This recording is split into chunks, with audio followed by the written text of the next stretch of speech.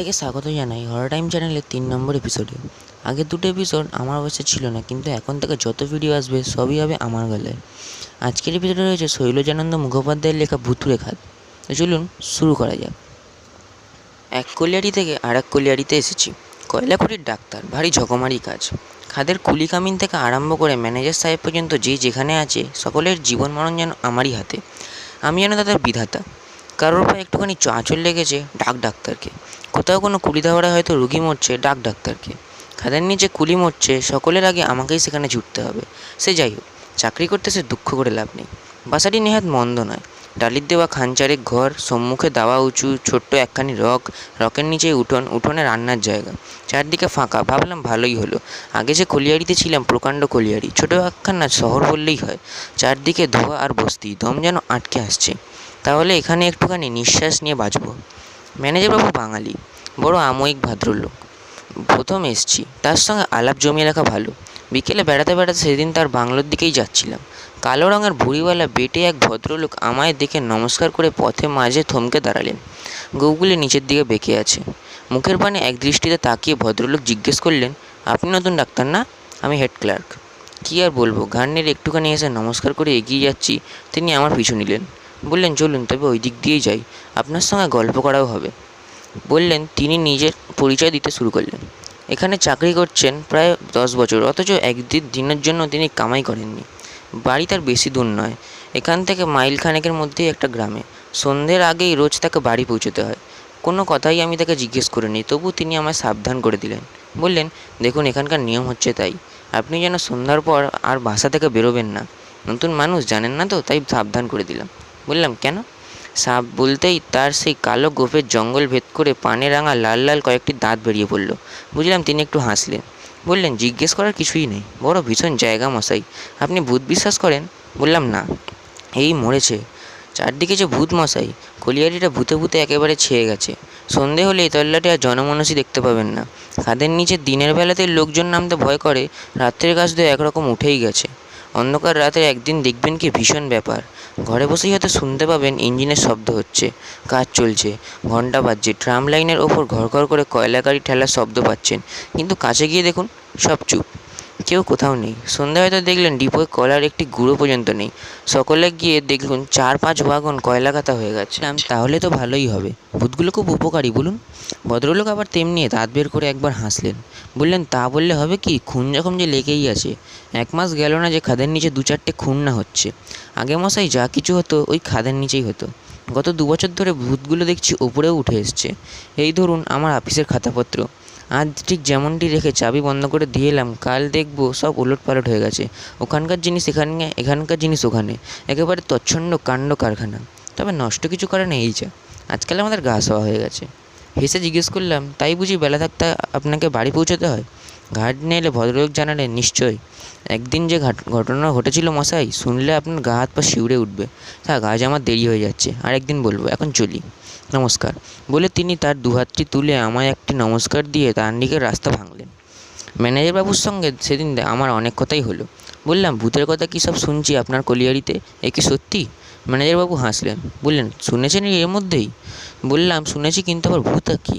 আমার তো বিশ্বাস হয় না কোনো দিন। ঘাড় নেড়ে ম্যানেজারবাবু বললেন, কিছু নয়, তবে খাদের অবস্থা বড় খারাপ। ঢালগুলো অত্যন্ত নরম, খুব সাবধানে কাজ করতে হয়, নইলে কয়লা কাটতে গিয়ে ঢাল থেকে পাথর খসে পড়ে, লোকজন প্রায় মারা যায়। কিছুদিন আগে কেন, অনেক দিন আগে, এখানে আমি তখন ছিলাম না। সিপারম নদীতে সে বছর ভয়ানক বান হয়। বানের জল এত বেশি বাড়ে, হঠাৎ একদিন দেখতে না দেখতে বান এসে পড়ে খাদের মুখে। খাদের পথে হুড় করে জল ঢুকতে থাকে। তাকে আর রুখবে কে? দিনের বেলা খাদের নিচে তখন কাজ চলছে। লোকগুলোকে বাঁচাবার অনেক চেষ্টাই করা হয়েছিল, কিন্তু 2 দিন ধরে ক্রমাগত জল ঢুকছে। 3 দিনের দিনে যখন বান কমলো, তখন খাদ ভর্তি হয়ে গেছে। পাম্প দিয়ে জল তুলে অনেক কষ্টে নিচে নেমে দেখা গেল প্রায় 50 জন লোক সেখানে মরে পড়ে আছে। ব্যাস, সেই থেকে লোকের ধারণা হলো যে অতগুলো লোক একসঙ্গে যেখানে মারা যেতে পারে, ভূত সেখানে আছেই। এই বলে তিনি খুব জোরে হো হো করে হেসে উঠলেন।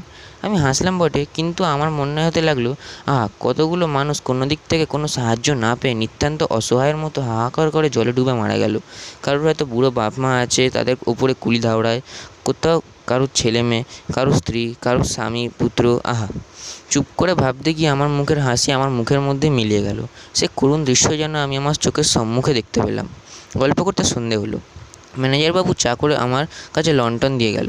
উঠতেই যাচ্ছিলাম, তিনি বললেন, একটু চা খেয়ে যান। চা খেয়ে তার কাছ থেকে যখন বিদায় নিলাম, রাত্রি তখন 8টা। ম্যানেজারবাবু বললেন, আলো নিয়ে চাকরটা আপনার কাছে গিয়ে পৌঁছে দিয়ে আসুক। ভাবলাম তিনি ভেবেছেন হয়তো ভূতের ভয়ে রাস্তা যদি আমার সঙ্গে কোনো বিপদ আপদ হয়। হেসে বললাম, না, কিছু দরকার নেই, ভূতের ভয় আমি করি না। তিনিও এসে আমার নমস্কার করে দরজাটি বন্ধ করে দিলেন। ফটক পেরিয়ে বাইরে যখন পথে এসে দাঁড়ালাম, দেখি অন্ধকারে তখন চারদিক থমথম করছে। কোথাও জনমানবের সারা শব্দ নেই।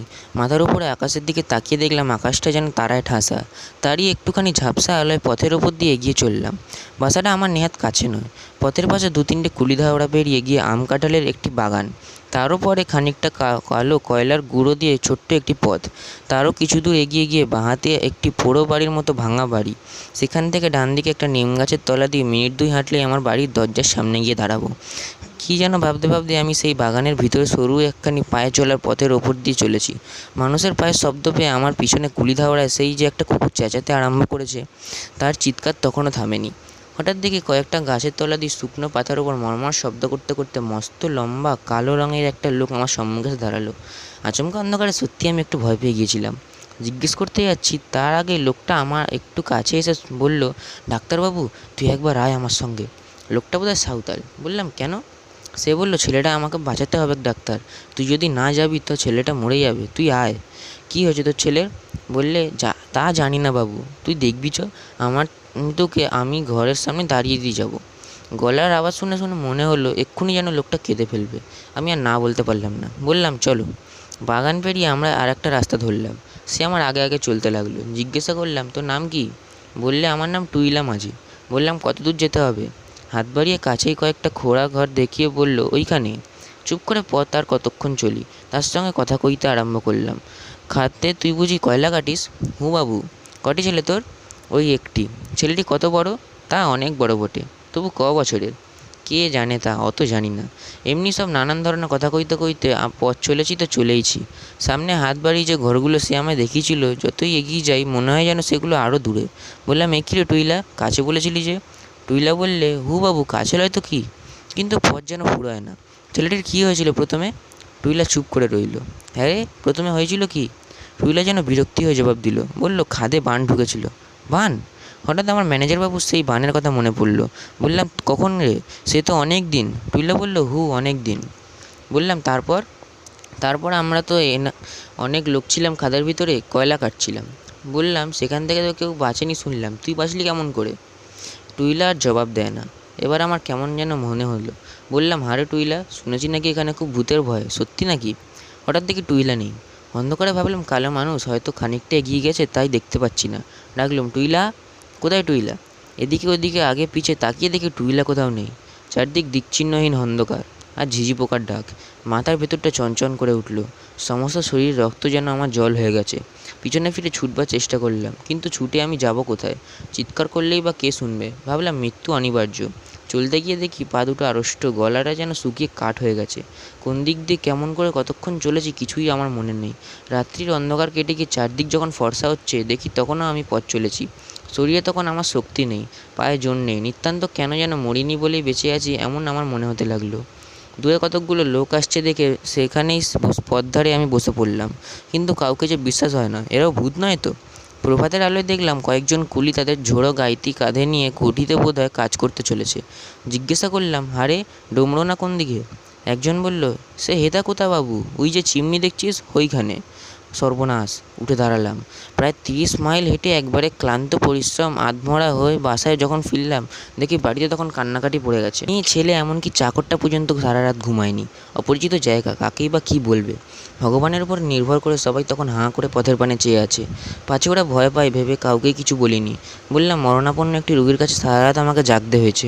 সকালেই সেখান থেকে আমাকে বদলি করবার জন্য কোম্পানির হেড অফিসে দরখাস্ত করে জবাবের আশায় বসে আছি। এমনি দিনে আবার এক দুর্ঘটনা। রাত্রি তখন প্রায় 1টা। ম্যানেজারবাবুর কাছ থেকে ডাক এলো, খাদের নিচে লোক মরেছে, আমায় যেতে হবে। বলে পাঠালাম, যাওয়া আমার পক্ষে অসম্ভব। ম্যানেজারবাবুকে দয়া করে একবার আসতে বলো। আলো হাতে 2জন চাপরাশিকে সঙ্গে নিয়ে ম্যানেজারবাবু নিজেই এলেন। হাসতে হাসতে বললেন, ভূতের ভয় বুঝি? সেদিনকার সেই টুইলার কথাটা আমি তোকে বলিনি, লজ্জায় বলতে পারিনি। বললাম, না তা নয়, খাদের নিচে রাত্রে তো অনেক কেউ কাজ করে না, তবে মরলো কেমন করে? ম্যানেজারবাবু বললেন, কিছু কয়লার দরকার ছিল, তাই ডবল হাজারি মদ খাইয়ে নামিয়েছিলাম। পুলিশে খবর পাঠিয়েছি, তার আগে চলুন একবার দেখে আসতে হবে। অনেকজন লোক সঙ্গে নিয়ে ভয়ে ভয়ে খাদে গিয়ে নামলাম। গিয়ে অবাক কাণ্ড, কয়লা কাটা হচ্ছিল 7 নম্বর কাঠির মুখে। সেইখানে কয়লার চাবড়া মাথায় পড়ে লোকটা মরেছে। মরবার পর মৃতদেহ সেখানেই ফেলে রেখে লোকজন উপরে উঠে এসেছিল। ফিরে এসে দেখা গেল মৃতদেহ সেখানে নেই। মাল কাটার সর্দারকে সঙ্গে নিয়ে প্রচুর আলো এবং লোকজনের সঙ্গে আমরা মৃতদেহের সন্ধান করতে লাগলাম। প্রায় ঘণ্টাখানেক খোঁজাখুঁজির পর দেখা গেল তার সেই রক্তাক্ত মৃতদেহ পড়ে আছে প্রকাণ্ড এক ফাঁকের মাঝখানে। সেখানে যাওয়ার সম্ভাবনাই নেই। মৃতদেহটাকে সেখান থেকে টেনে নিয়ে আবার সেই 7 নম্বর কাঠির কাছে রেখে দিয়ে আমরা উপরে উঠে এলাম। পুলিশ না আসা পর্যন্ত মৃতদেহ ওপরে তোলবার জো নেই, অথচ প্রচুর পুরস্কারের লোভেও কেউ সেখানে মরা আঁকড়ে থাকতে রাজি হলো না। ম্যানেজারবাবু নিজে আমায় বাসায় পৌঁছে দিলেন। পুলিশ এসে আমাকে খাদে নামতে হবে। রাত্রি তখন ঠিক কত মনে নেই। পুলিশ এসছে। আবার আমরা খাদের নিচে গেলাম। এবার আমাদের সঙ্গে আর বেশি লোক গেল না, যেতে চাইল না। ম্যানেজারবাবু হেসে বললেন, পুলিশ যাচ্ছে, আমাদের সঙ্গে আর ভাবনা কি? ভূতেরও তো পুলিশের ভয় আছে। স্লান হাসি হেসে নেমে পড়লাম, যা থাকে কপালে। এক রাত্রির অন্ধকার, তার ওপর আবার কালো কয়লা সেই পাতালপুরি। চারদিক কালো, তবে আমাদের সঙ্গে আলো ছিল প্রচুর। প্রত্যেকের হাতে একটি করে সেফটি ল্যাম্প, পুলিশ ইন্সপেক্টরের হাতে টর্চ। আগে আগে যাচ্ছে মালিকটা সর্দার। কিন্তু গিয়ে দেখি অবাক কাণ্ড, মৃতদেহ সেখানে নেই। খালি কয়েকটা রক্তের দাগ কালো কয়লার উপর জমাট বেঁধে রয়েছে দেখলাম। ওর মুখ চাওয়াচাবি করে দাঁড়িয়ে আছে। কারোর মুখে কোনো কথা নেই, চারদিক নিস্তব্ধ। খাদের ঢাল থেকে কোথাও পা কুটকুট করে ছোটো ছোটো কয়লার টুকরো খসে এসে পড়ছে। কোথাও বা টুপ টুপ করে জল পড়ার শব্দ পাচ্ছি। কি করা যায়? ইন্সপেক্টরবাবু বললেন, আসুন এদিক ওদিক খোঁজ করে দেখি। আমার বিশ্বাস হচ্ছে না। বিশ্বাস তার না হবারই কথা, কিন্তু আমরা আর না বিশ্বাস করে যাই কোথায়? এর আগেরবারও তো এমনি হয়েছিল। খোঁজাখুঁজির পর আরম্ভ করলাম। ইন্সপেক্টরবাবু বেশ সাহসী লোক। টর্চের আলো ফেলতে ফেলতে তিনি সবার আগে চললেন। সবার পেছনে যেতে আমার ভয় করছিল। কোনো রকম পাশ কাটিয়ে কৌশল করে কাউকে জানতে না দিয়ে ফস করে আমি একসময় মাঝে গিয়ে ঢুকলাম। খোঁজার আর অন্ত রইল না, কিন্তু লাশ আর পাওয়া যায় না। খুব ছোট্ট একটা সুড়ঙ্গের ভেতর দিয়ে চলেছি, হঠাৎ একটা বিরাট চিৎকার। ভয়ানক কিছু একটা অপঘাত ঘটলে মরবার আগে যেমন মানুষ চেঁচিয়ে ওঠে, ওর যেমন ঠিক তেমনি একটা গোঙানির শব্দ, একেবারে ইন্সপেক্টরবাবুর পায়ের কাছে। আমরা তো সবাই চমকে উঠে শিউরে খানিকটা পিছনে হঠাৎ গিয়ে ওর গায়ে পড়লাম। হয়তো আমি ইন্সপেক্টরবাবুকে তখন জড়িয়ে ধরেছি। সর্বাঙ্গ শিরশির করে পায়ের লোমগুলো খাড়া হয়ে উঠেছে। গেলাম আর কি, বাঁচবার কোনো আশা নেই। ইন্সপেক্টরবাবু অত সাহসী লোক। টর্চের আলো ফেলে যেমনি নিচের দিকে তাকিয়েছেন, দেখেন মৃতদেহের বুকের ওপর পা দিয়ে তিনি দাঁড়িয়ে। বাপ বলে তিনি লাফিয়ে একবারে উল্টে পড়লেন আমার ঘাড়ে। আমি পড়লাম ম্যানেজারের গায়ে। ম্যানেজার দিলেন একটা কনস্টেবল পা মারিয়ে। এমনি করে সবাই মিলে আমরা হুটোপুটি করছি, এমন সময় কাণ্ড। ইন্সপেক্টরের হাতে টর্চ গেল নিভে। অনেক টেপাটেপি করেও কিছুই তাই জ্বালানো গেল না। তারপরে একে একে আমাদের প্রত্যেকের হাতের আলোগুলো নিভতে আরম্ভ করলো। প্রাণের আশা একেবারে ছেড়েই দিয়েছিলাম। কাঠ হয়ে আমরা দাঁড়িয়ে পরামর্শ করে আমি বললাম, যেমন করে হোক দেশলাই জেলে জেলে সুড়ঙ্গের দেওয়াল ধরে চলুন, আমরা ফিরে যাই। এমন করে এখানে হাতে প্রাণ নিয়ে চেয়ে পালিয়ে যাওয়া ভালো। সর্দার বললে, চল, আমি পচ্ছিনি, দে একটা দেশলাইয়ের বাক্স আমার হাতে দে। আমার পকেটে দেশলাই ছিল। কাঁপতে কাঁপতে সেটা বের করে সর্দারের হাতে দিলাম। কিন্তু ফস করে সর্দার যেই দেশলাইটা জ্বেলেছে, তার সেই সামান্য আলোতে দেখলাম কিম্ভূত কিমাকার প্রকাণ্ড একটা দৈত্যের মতো কালো কুচকুচে এক সাঁওতাল এসে দাঁড়িয়েছে আমাদের সম্মুখে।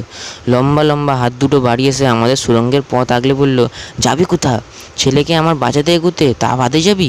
ইন্সপেক্টরের পকেটে ছিল রিভলভার। চট করে সেটা বের করে তিনি ধাঁ করে চালালেন একটা গুলি। ভীষণ আওয়াজে আমাদের কানে তালা লেগে গেল। কিন্তু তৎক্ষণাৎ শুনতে পেলাম অন্ধকারে সুড়ঙ্গের মধ্যে ইন্সপেক্টর চিৎকার করে বললেন, গেলাম, ওরে বাবারে, ছেড়ে দে বাবা, ছেড়ে দে। ভূতে মানুষে মারামারি। ইন্সপেক্টরের গোঙানির আওয়াজ শুনতে পাচ্ছি।